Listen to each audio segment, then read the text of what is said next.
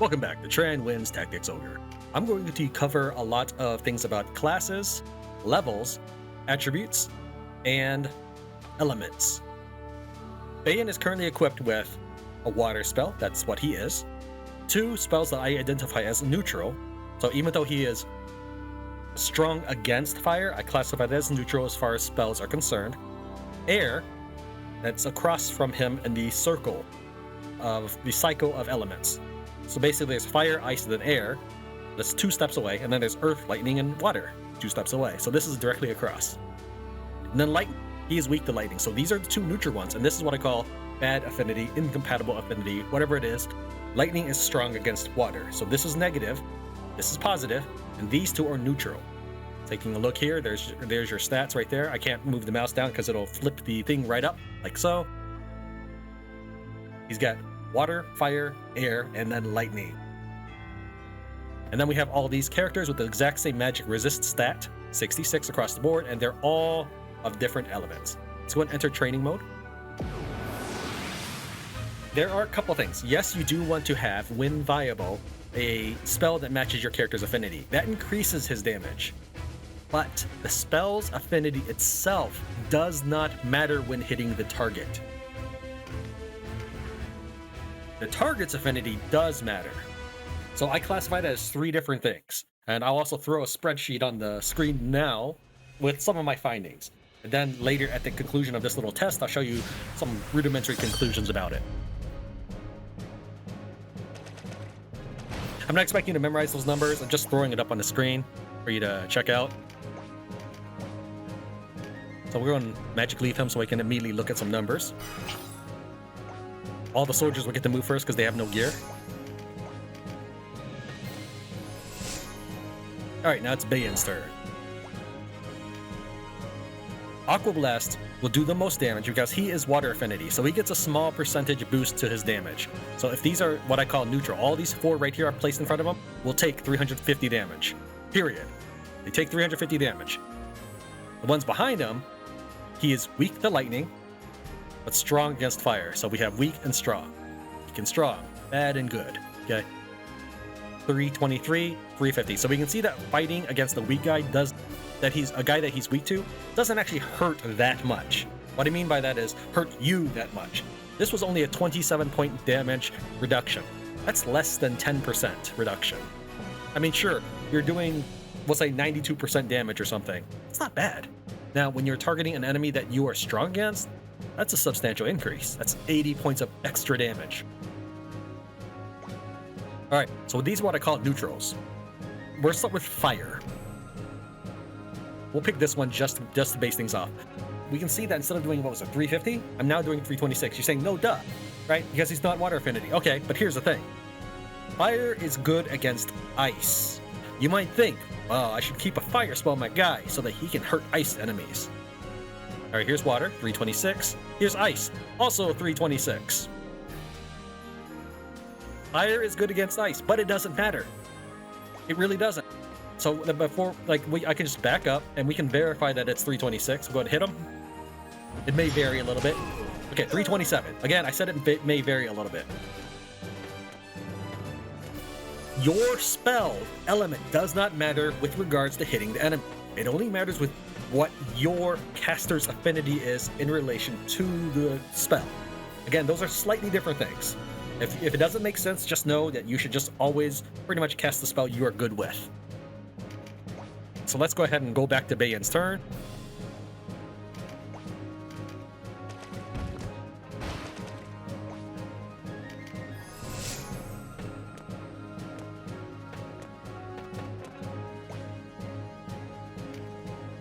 This is what he's weak to. Now remember, my hypothesis is only your affinity matters. By the way, casting fire was just as good as casting air. So even though water is good against fire, okay, you don't get any extra bonuses, right? Because he's just a water wizard. However, he is weak to lightning, so he will actually do less damage using this. So it actually drops down to 296. Now you'll notice that when he was casting his water spell against the lightning guy, he was doing something like 323. So it hurts worse casting a spell you are weak to, that hurts worse than casting your affinity spell against an enemy who's strong against you. So this lightning spell, period, is just overall worse than casting water on this dude.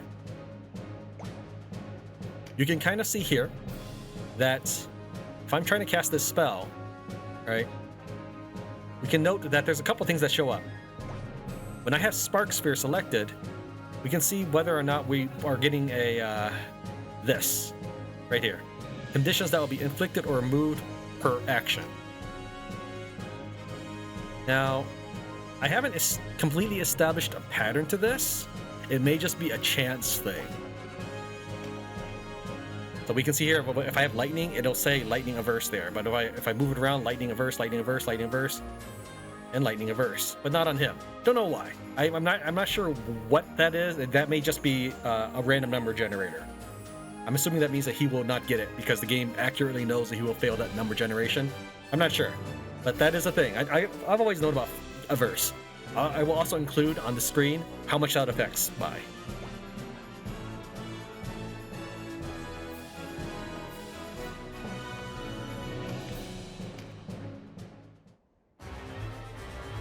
So that covers the elemental lesson. Now I'll load the game here and talk about what I'm going to do with some of this information. We have one remaining lesson today. We are going to cover finishing moves. I didn't really get to use these infantry, the level ones I hired for this, because I was trying to get them all equal into physical defense, but there were some variants, even if I changed classes, used charms. It was just a little bit obnoxious, so I'm just going to throw part of our dragons into this fray. While their defenses will vary, it will only result in a couple points of difference. When we're talking about damages in the hundreds, it isn't that big a deal on things. I hope you'll bear with it and understand I'm just teaching you the concepts. I will, of course, throw some of my numbers on the screen when I did have the exact same target. In this case, it was actually changing his element by using charms. If you're a math geek and you actually want to know what these numbers mean, the numbers on the left represent Denam's listed attack, the numbers on the right is the predicted damage.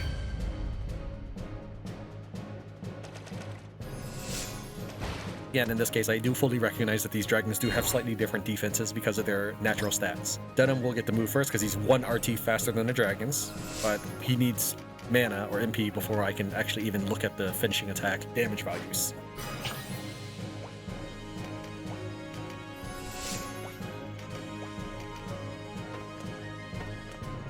So we are going to look at the complete array of his attacks. We're going to start with regular attacks, neutral finishing attacks, and then elemental finishing attacks. We already know that he's going to be weak to earth and strong against water units. We understand that, but how much does that actually change? And is it worth thinking about equipping weapons that are good against your opposite element? Let's look at a regular attack. So this is our neutral line here. Everybody here is pretty much the same. 105 to 108 is our damage, 103 to 108 is our damage range. Take a look at the guy that we are strong against, that's about 40% increase. Take a look at the guy we are weak against, that's only about a 10% decrease. And we go from 108 to 94. Now that being said, he would get the 40% increase attacking us back, but our own personal damage is not that bad. So basically, taking the damage, very bad, but doing damage to him, it's not that much of a difference. Okay, let's talk about finishing blows then. We'll use Dark Blade and Shadowpin to kind of look at what a baseline might be. So with Dark Blade, we see that we get 230 in range, so we'll say roughly double. We had about 108 before, so this would be 216 if it was exactly doubled. We take a look at this, it now goes up 50 points, so it didn't really change that much. Yes, 50 points is a lot, but when we're literally going from 230 or 240 to 290, it doesn't feel like that much. The dragon has 1500 hit points after all. We look at him, it goes down to 220. Now again, our baseline is 240. In this case, the finishing blow didn't really fluctuate that much. From 240 to 220. Okay? Shadowpin is similar. So again, it's about 50 points. So 233 to 217. We'll say roughly 15 points or so. Now let's take a look at Thunder Wave. This is, since he is a lightning character, let's see how much his damage does against enemy. It goes up to 252. The base was 235, so yes, there is a damage increase. And the reason I talk about this is don't feel that you have to get a finishing move directly linked to your character's affinity. For example, a two-handed sword does have lightning affinity, but that doesn't mean that all your lightning characters need to use is a two-handed sword. Feel free to give them other weapons, right? But don't pin them into a class that requires lightning affinity, because this was an increase in damage, but only 20 points. Take a look at what we do when we attack the lightning element against the water dragon. Notice that the value of this attack goes up so much. Remember that our affinity did a little bit of extra damage. Was it like 50 or something? Let's see here. So 240 to 280 or 290. So that was 50 damage. Okay. When we're using the lightning element on these guys is 254, 238. So it's about a 15 point increase between the two, right? Then we go from 254 to 477. That is almost double. We'll say 80% increase.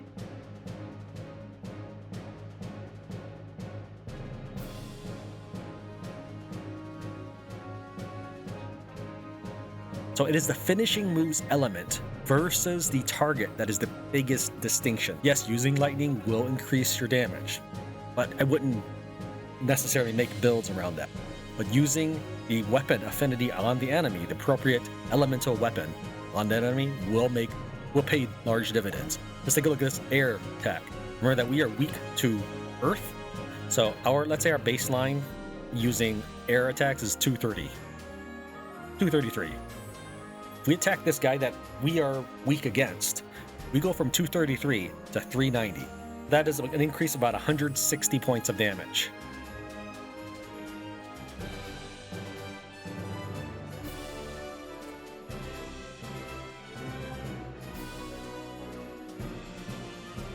That's a fairly substantial increase. It's not quite as dramatic as lightning against water, but it is definitely something that you could think about if you are trying to, say, win a duel against an enemy that you are weak against as an element. Say if you are fighting a water enemy and you happen to be fire. Well, there are plenty of weapons that do lightning damage. Let's go ahead and retreat. Now go ahead and showcase some of the weapons that do lightning damage. Now, of course, they are possibly class restricted. What I mean by this is if you happen to be a wizard, you might not be able to wield a two-handed sword. That's not Denam. First, the katana. It does have Thunder Wave. I don't have a blow dart equipped on him. Let's check our ninjas. The blowgun attack does have Frigid Blast for ice and lightning for the level 20 attack. There's also two-handed weapons, which has Lightning Strike. If you did happen to be someone who needed to do damage against water for some reason, lightning weapons do exist. I'll go and also put a screenshot of finishing moves that I have currently acquired. As I progress through the game, I'll obviously know more about this stuff and have access to a larger array of elemental finishing moves. But there you have it. We'll go ahead and go on to the next map at this point. I was trying to figure out what I could do to make this a longer video if I was only going to put one battle map in it. That should cover everything about our current involvement with elements. I hope this has been informative to you so that you can squeeze out a little bit of that extra damage. In the past, I had said that I hadn't noticed a change in stats depending on your class. Now, that being said, I also did qualify it by saying I hadn't gotten very far in the game, and my union level was actually very limited. Well, since I've gone up to level 22, I now have access to additional finishing moves, so I can continue to increase my game's knowledge or my repertoire of the game. There are a couple things we're going to go ahead and showcase right now. Let's go ahead and sort to manual. We're going to grab Shroud, a Terror Knight. This dude looks pretty bulky. Look at that. That is some serious armor in the bottom left. We're going to put him right next to Nayreran because I was trying to figure out who to make as a Warlock. And in the last episode, I showcased a little bit about my spreadsheet. Well, my spreadsheet says Shroud will be just as good of a Warlock as Nayreran. Actually, a little bit better. Let's take a look at this. We're going to change him to a wizard. Again, I'm not going to keep this particular file right now. I'm just going to showcase a couple things, so I'm going to use some class marks that I will load and get back. We're going to strip him out of gear, and then we're going to compare these stats. Ready? I'm going to be repeating myself quite a bit, but I just want to kind of point this out. Now again, this is only level 22. by level 50 or whatever, I may get bigger variances. First off, the biggest difference that I notice is there's a hit point change. There's 200 points of hit points that Shroud has over Nayraran. Nayraran was a base wizard from the beginning of the game, and Shroud was a Terror Knight that I hired, I think, at the Gates of Almorica. Let me see here. According to my notes, I hired Shroud. Yes, the Gates of Almorica. Also, according to my notes, the game classifies Shroud as 118 points of value for Warlock, and Nayraran as 117.8. Okay, so Nayraran has 94 points of strength. Shroud has 94 points of strength. Shroud has 103 points of vitality. Nayraran has 102 points of vitality. Nayraran has 93 points of dexterity. Shroud has 95 points of dexterity. Shroud has 99 points of agility. Nayraran has 100 points of agility. Nayraran has 94 points of avoidance. Shroud has 95 points of avoidance. Shroud has 108 points of intelligence. Nayraran has 110 points of intelligence. Nayraran has 102 points of mind. Shroud has 103 points of mind. Shroud has 102 points of resistance. And Nayraran has 101 points of resistance. We can roughly average that, we'll say 1 point difference for every stat. But remember that there is some random variance. What I mean by that is sometimes your stat goes up by 2 or 3 or 4 or whatever. You can see this by, if you cared about min-maxing, like I do, you'll run into training, write down what stats you get after you leveled up, load the game, train again, and then try to save the one with higher stats. That's what I did for Denam. I didn't bother doing it with everybody else, not even the named characters, but for Denam I did. I only basically squeezed out, let's say, like an extra 1 or 2 points per level, so it wasn't that really a good deal for me. Going back to these two right here, Nayraran and Shroud, my calculator, my spreadsheet says Shroud would be my Warlock, except for one thing. Shroud is not going to be my Warlock because we already have an Air Warlock in the form of Yuuma, the one we just hired. Right here.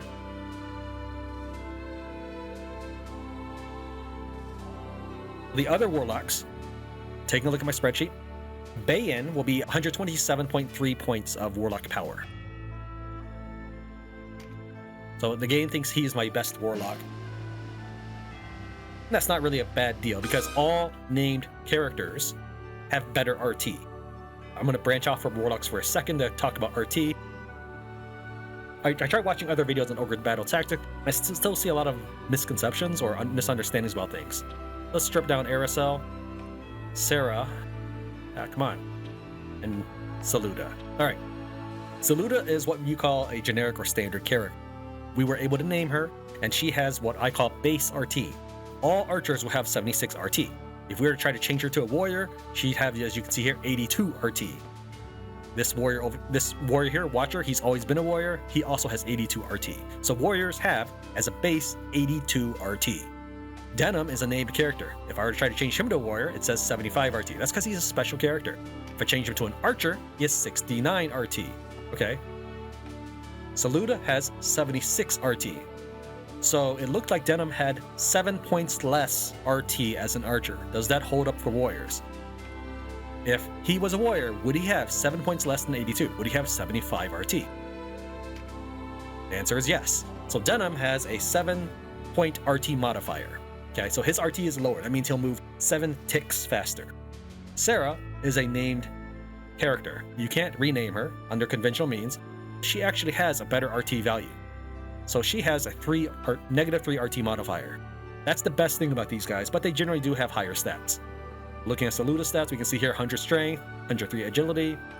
Sarah, 101 strength, 110 agility. What about Aerosel?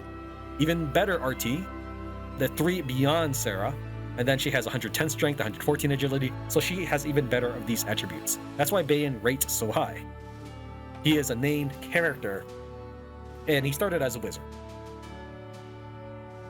My only complaint was maybe I should have leveled up as a warrior of some sort so that he can have more hit points. Because I did not find these stat variances between him and Shroud, well, for Nayraran and Shroud, to be big enough, but I thought 200 hit points sounds pretty big. Okay, next up, we have Exseer with 120.2 points in Warlock power. We hired him from the Brigantys West Wall. So Exseer is right here. Change class.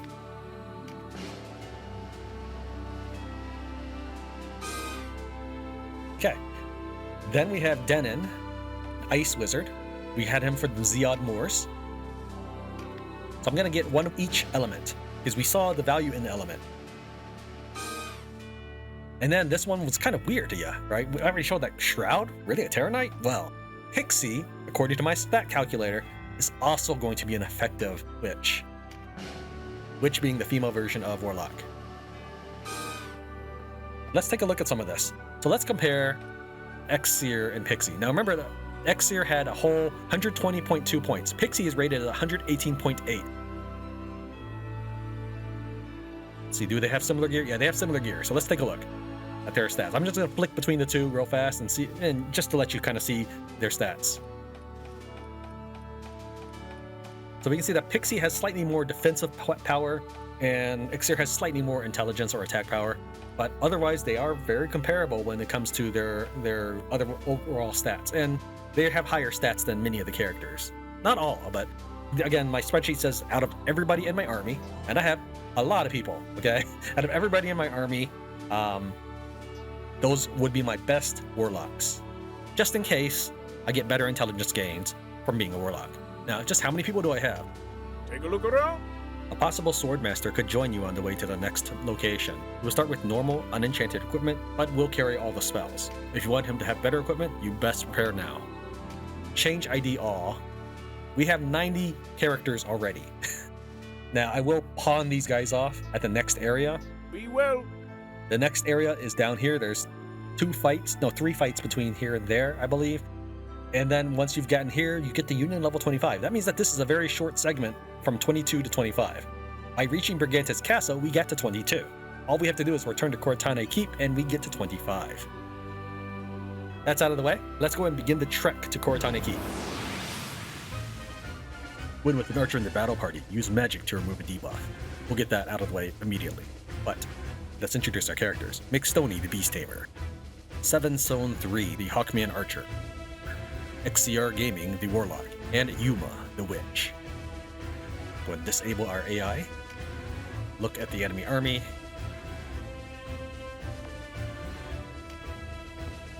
Most of the enemy is ice. This should be fairly simple. Here's the target. There aren't any notable treasures. You might get an enemy, for example, to drop a single mark, but it's not a guaranteed drop. Treasures are as follows. One in this broken cobblestone here, one here, and one here. It says gravel, so check those areas. Again, it's one right in front of the enemy team, one next to the NPC, and one next to the waterfall. Although this is Bahanna Highlands where we fought Hector, the map itself is different. I like that there's different variations of the map. It's not that it was randomly selected or anything, it's just this is a different alternate tile set for the map, I guess. I don't know if tile set's the right word.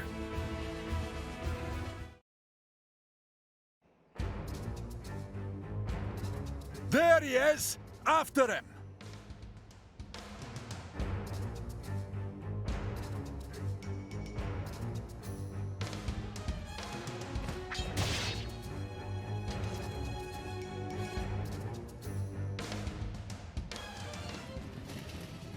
Huh? They move like the wind. That man, whoever he is, he's in trouble. Denam of Goliath! Our mysterious swordsman has flushed out rare game. The wheel turns for us!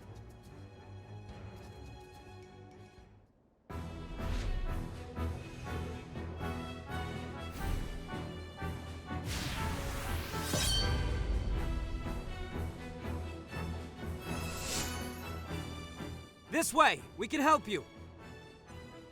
And you are? My name is Denam Pavel. I fight for this land's future. Young for a knight, Captain. No matter. I'll take what help is offered.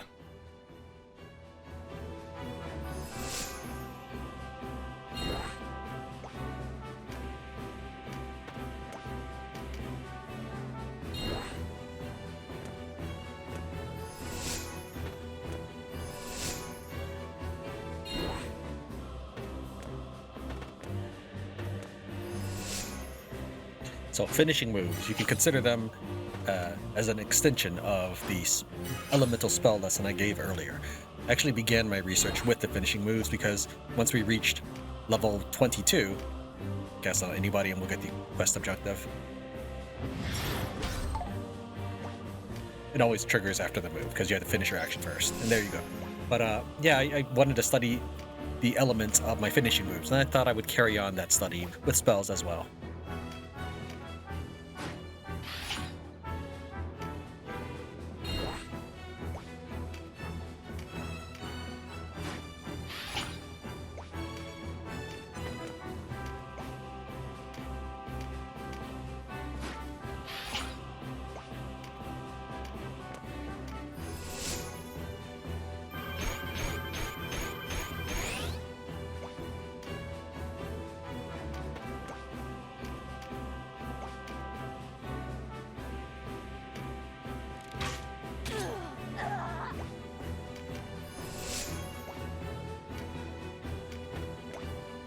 Just like sometimes our characters would carry 2 different melee weapons, right now, 2 of the archers, both fire archers, are carrying 2 different ranged weapons.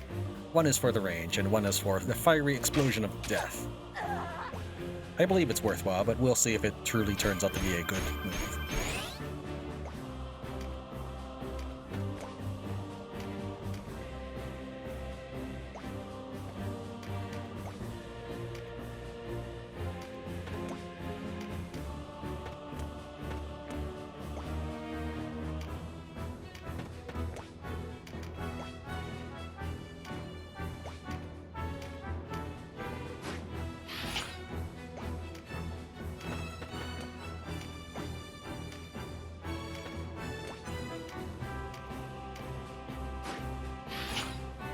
Alright, that's the first round.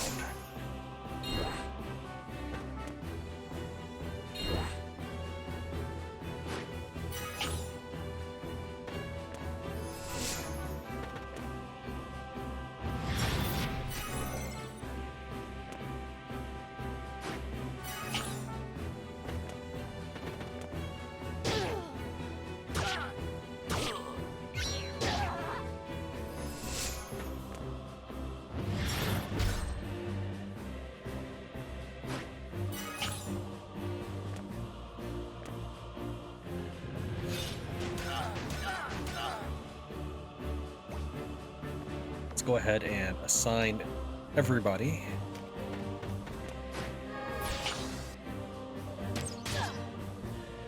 We'll take control of Denam once he gets closer to the boss. He's got a few items I could throw on the boss. We'll take, if I can click the right button, we'll take control of the Beast Master though, Beast Tamer. That way I can lob items as necessary.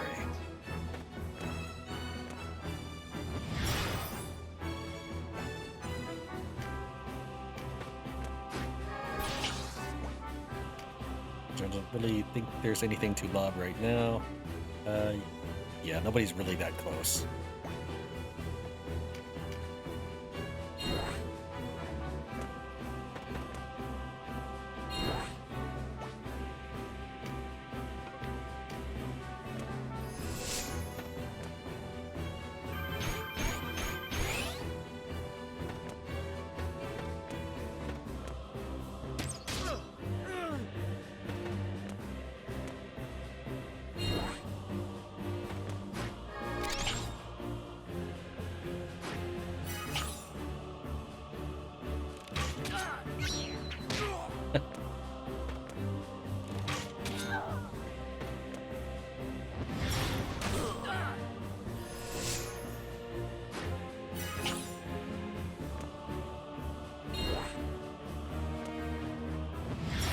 One thing to note is that since Hobyrim, the swordsmaster, is fire, that berserker who is water is actually strong against him.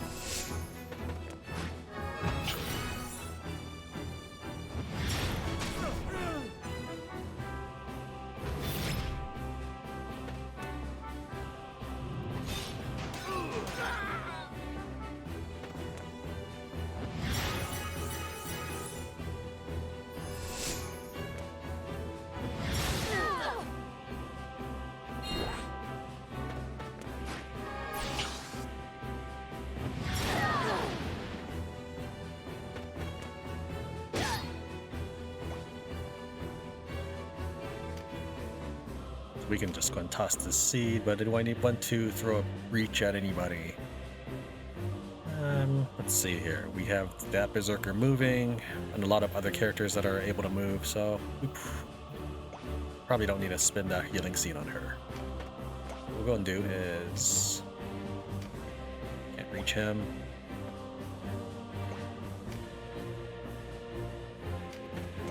It's a bit crowded.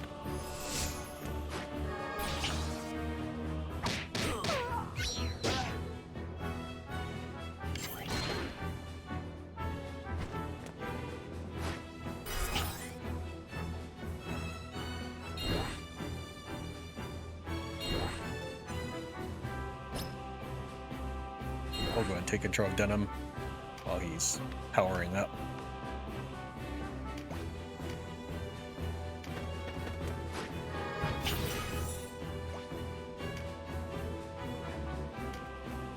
I'm assuming the boss is immune to silence. I'd like to check that though. Silence proof. Okay, so one thing to note is if you recruit these enemies that have something like silence proof or resist silence, that perk or advantage disappears. You don't get to keep it.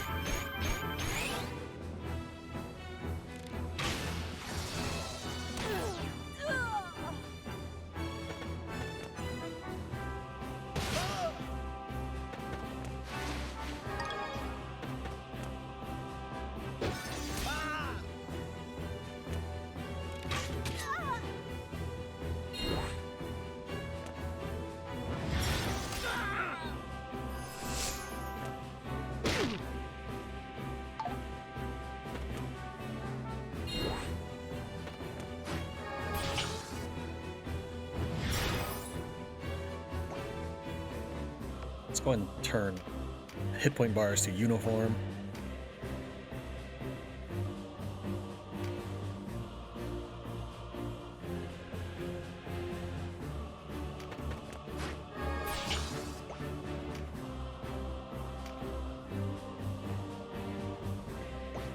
I think I may have been looking at this the wrong way.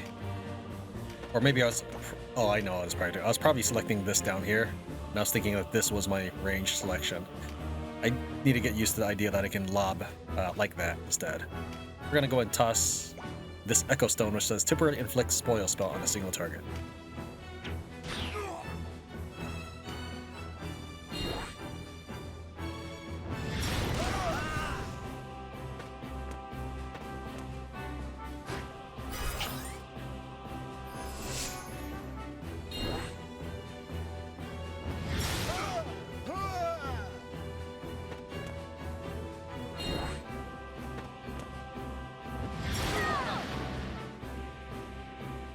You're the stripling who betrayed the Resistance! All that talk of heroes go to your head, did it? The Duke favored you above all others, but like any mongrel, you were quick to bite the hand that feeds! I fought not for the glory of a single man. I fought to bring peace to my people, to Valeria. It is the Duke who betrayed our struggle. Listen to him crow! Steady hands, lads. We face a foe more foul than the Hierophant himself.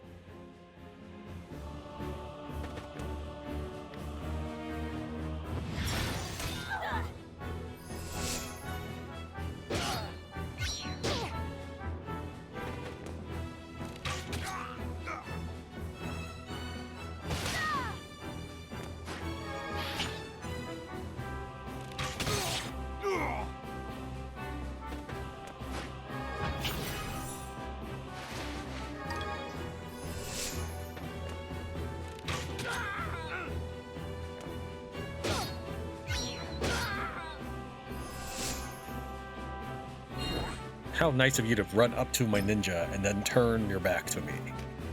Unfortunately, my finishing blows happen to be not directly adjacent, so I have to do other things besides that.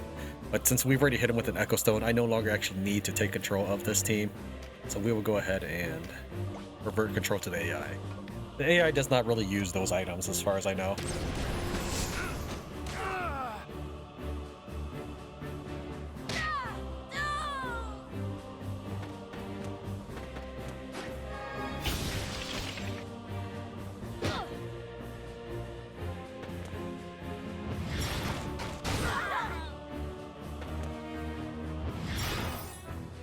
Also, this sometimes happens, but when I upload multiple videos in a single day, sometimes people don't seem to notice that and they only watch the most recent video. Perhaps you just want the latest update. But if it looks like things have jumped ahead, you may want to check to see if you've missed a couple episodes. I uploaded 3 yesterday.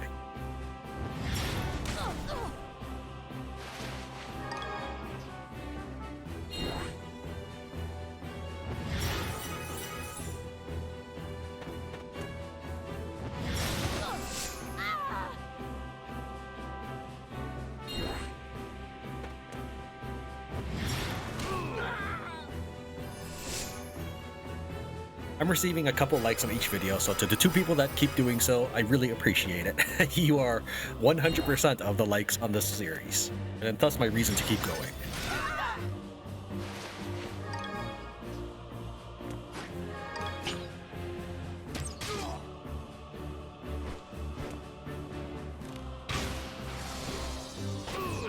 Yeah, that guy's pretty much goner. Now, if you're patient, you may wish to continue to fight this boss until he drops a Ring of Vitality, but you will have some dialogue to skip through.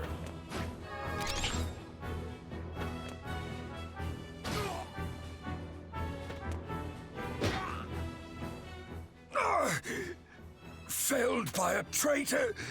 Forgive me, my Duke.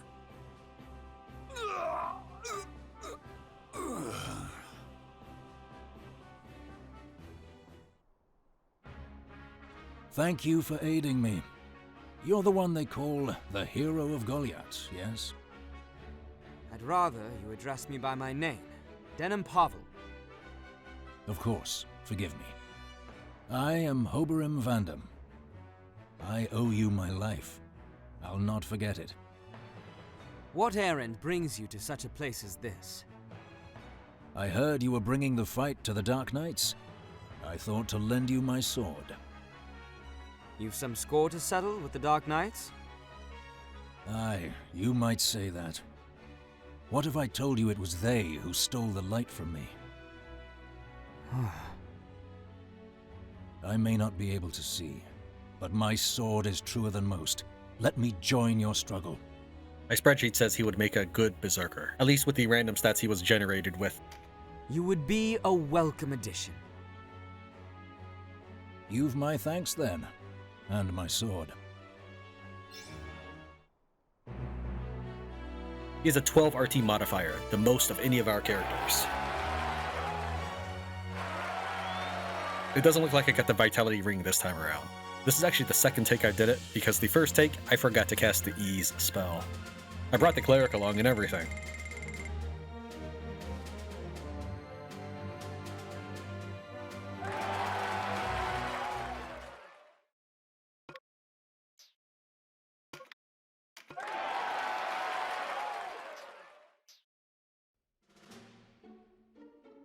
I am told Tartaros has accepted our proposal.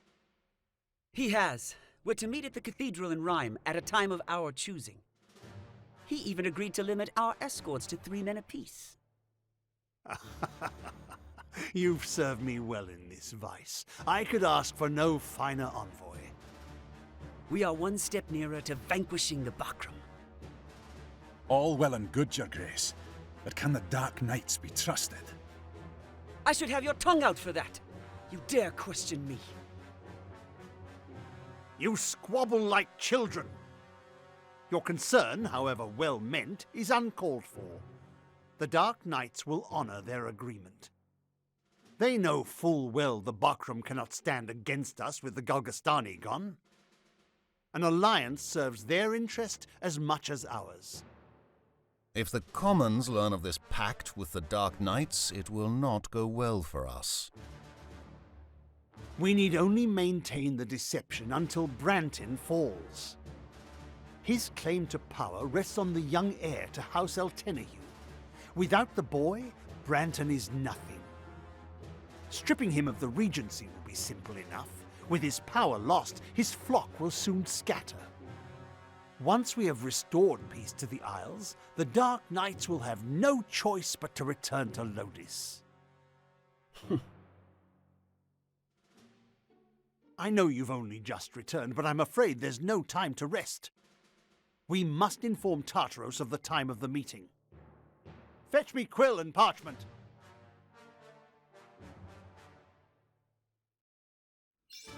New title earned, The Unflinching. For our title, we received The Unflinching, save the blind swordsman Hobyrim from the resistance on the Bahanna Highlands.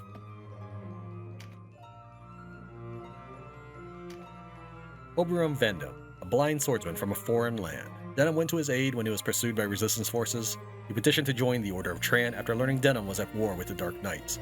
He holds them accountable for his loss of sight, but will not say what led to it. Vaylin Modifier, a Walister who served with the Walister resistance. Before the Civil War, he taught at the Guild of Magi in Coritanae, following in the footsteps of his father, an avid researcher who had written many papers on magical theory. He had many devoted students, but the war changed everything. During the strife that erupted prior to unification, a rumor spread that his father had been a member of the anti-Galgastani movement, and Modifier was imprisoned as a threat to the peace. Of course, the charges were untrue. He pleaded with his former students to help save him, but fearing repercussions, none came to his aid. It was Duke Ronwey and the Walister army that finally rescued him. In return, Modifier volunteered, his anger at the treatment he had endured pushing him to become a soldier. While in the Bahanna Highlands in pursuit of a suspicious swordsman, he encountered Denam and was slain in battle. Thank you for making it to the end of the episode. I know that some of the elemental materials may be rudimentary stuff, but I wanted to actually look at how much it actually affected and how important certain things were. This way we can ignore the side dishes and go straight for the main course. If you felt that I earned it, I'll be grateful if you left a like, a comment, and share the video. Thank you so much for your support. I'll see you next time.